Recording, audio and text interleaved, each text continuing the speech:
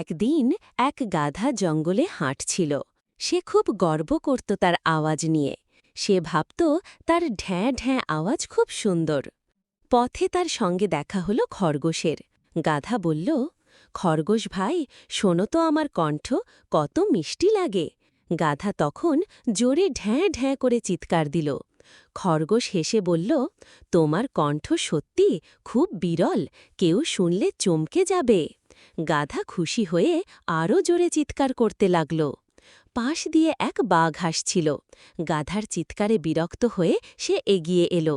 খরগোশ বুদ্ধি করে দৌড়ে পালালো, আর গাধা তখনও গলা সাধছিল। বাঘ এসে বলল, এত চেঁচামেচি করছো কেন? গাধা উত্তর দিল, আমার কণ্ঠ সুন্দর তাই গান গাইছি। বাঘ হেসে বলল, তাহলে তোমার কণ্ঠ আজ চুপ করাতে হবে। বাঘ তখন গাধার পেছনে তাড়া করল, আর গাধা প্রাণ বাঁচাতে দৌড় দিল।